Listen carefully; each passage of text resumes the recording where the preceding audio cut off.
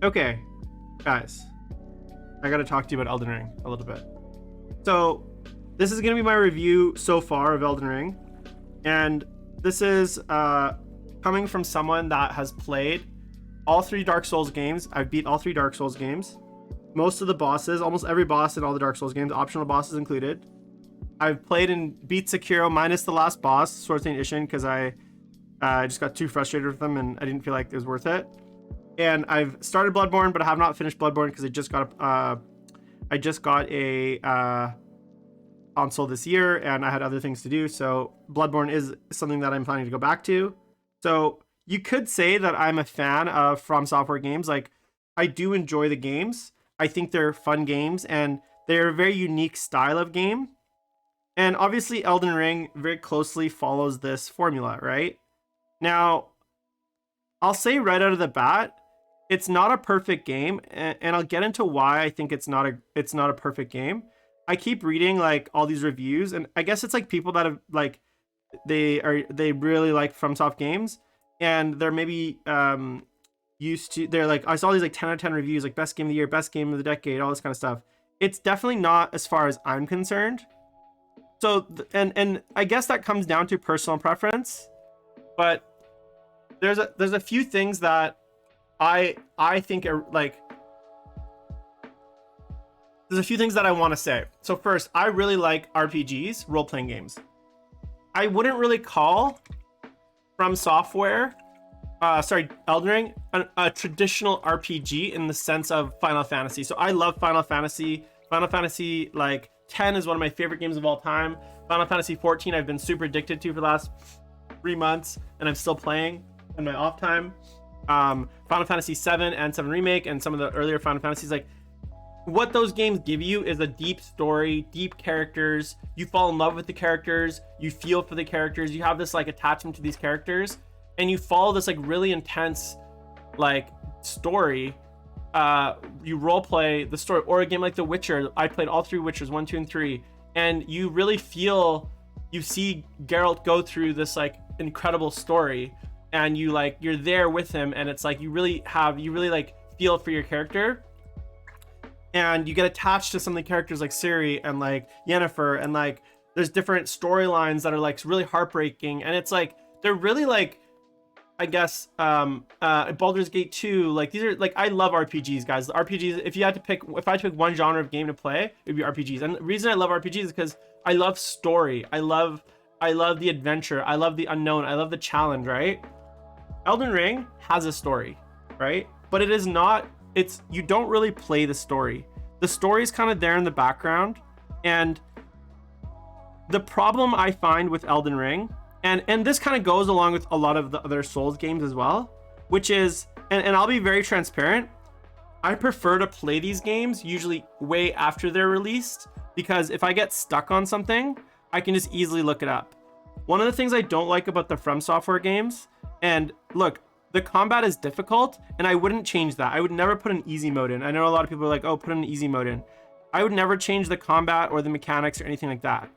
Where I think the game kind of, I guess for me, falls behind is in the story. It is not that there isn't a story, but it's like, it can be very, very frustrating to actually find the story, because it's not obvious, right? It's not laid out for you in any way at all. Like, and I'm not saying they should make it like, World of Warcraft, where you get a check mark, or like even Final Fantasy 14, which is like literally like every step is like check marked, and you can basically teleport to zones, and like to actually complete the story is very, very easy in Final Fantasy 14. I'm not asking for that, and I'm not saying that that's what I want.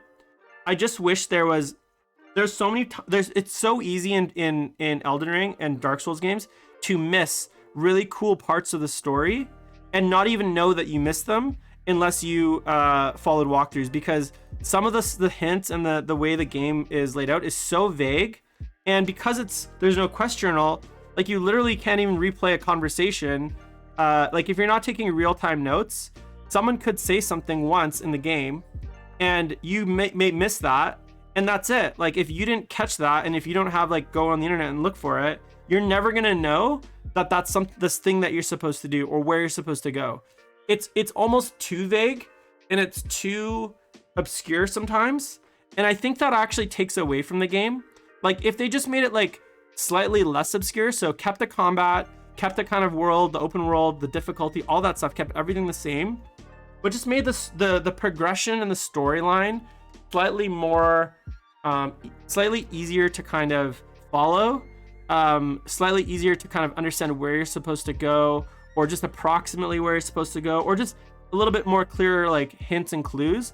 I think the game would be a lot better, because my biggest frustration with playing Elden Ring is not dying, even though I do die a million times. It's getting to points in the story where it's not clear what you're supposed to do.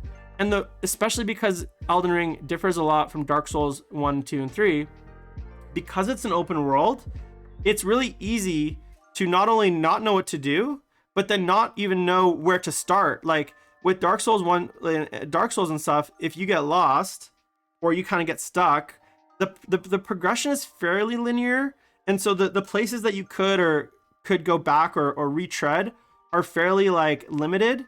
With Elden Ring, it's like if you kind of get twisted and turned and end up somewhere where you're not supposed to be and you're not exactly sure where you're supposed to go,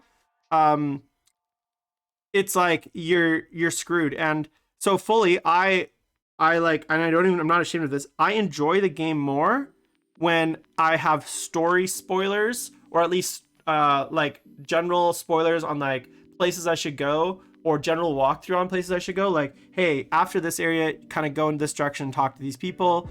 Obviously, I generally don't read on the boss fights, and I don't read on like the actual story, what's gonna happen. But like, there's so many times where I've played the game and it's been like, oh, go talk to this NPC, and the NPC is literally like in the bushes behind a castle in the dark, and like the only way you would have ever seen them, like there's no way you would have naturally just stumbled upon across them. It's almost like they're trying to intentionally make it hard to find, and the world is so big that it's really hard. It's easy to do that, to get in these situations where it's not quite clear what you're supposed to be doing or where you're supposed to be going. So my biggest complaint with Elden Ring so far is like, as someone that's like a bit of a completionist, like I always like to go and do all the mini bosses, side bosses, that kind of stuff, and I'm pretty far into it.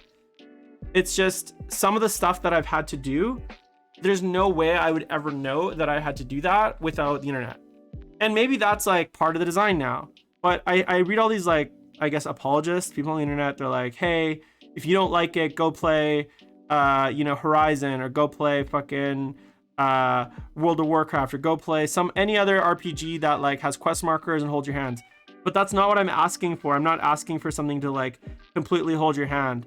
But the fact that like there's not even like a quest journal, there's not even like you literally have to take your own notes. You can't even replay dialogue for the most part. So if there's like an important piece of information that like an NPC gave you and you kind of missed it, NPCs kind of disappear and reappear, sometimes at random. It's easy to do things out of order and like not know that you did them out of order, and then not know that you gotta like go back and like retread and like whatever. Sometimes you gotta like rest a bunch and like keep talking to the NPC. Like sometimes it's not even clear. Like if you're new to a Souls game, you wouldn't know that the proper way to talk to an NPC is to keep talking to it until it stops talking. Like, because sometimes it'll just give you one line of dialogue and then the dialogue ends. And in most games, when the dialogue ends, you think that's over. But in Souls games, you gotta like keep talking to the person, and eventually like they might give you some information, right? So those are kind of like my biggest complaints, I guess, about the game. Other than that, I mean, the world building is beautiful. The gameplay is very Souls-like. I've been very frustrated a few times, like dying on the certain bosses. Certain bosses I just left, and I'm like, I'm gonna come back when I'm way over leveled and beat them. That's also one of the nice parts about Souls games, though, is like they're not level gated. Like, I guess they're not dynamically scaled, the difficulty.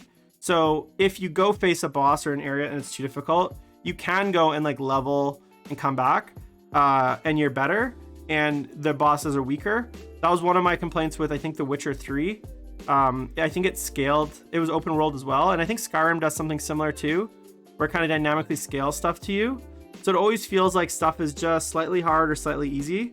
I like the fact that in Elden Ring, like you can go face something it curb stomps you, and then you come back like, you know, 3-4 hours of playtime later, 5-6 more levels, a few more upgrades on your weapon, and you destroy it, and it feels really good, right? Like that just literally happened to me today. I was like wiping on this one boss. I got it to like a quarter health like 4 or 5 times, and I'm just like, you know what? Rather than like sit here and like bash my head against it, I'm gonna go farm some souls, get some better weapons, upgrade a few things, and then I came back to it, and then I beat it like second try.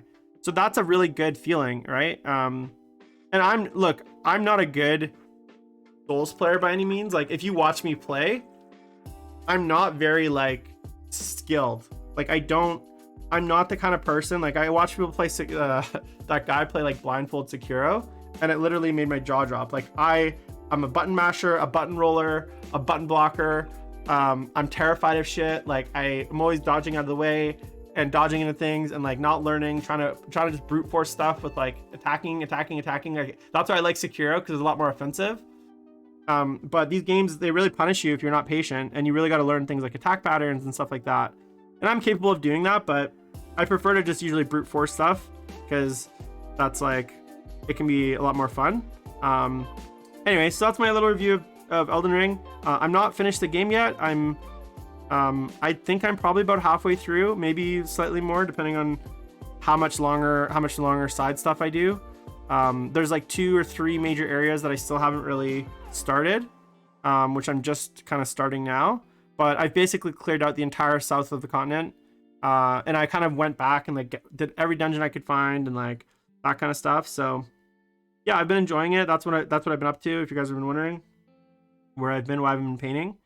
And I decided not to really stream it because the gaming streams haven't been super popular. You guys haven't really, well, my audience hasn't really tuned in, so I just figured I'd play by myself. But if it's something that you guys are interested in seeing, I'm happy to stream it as well.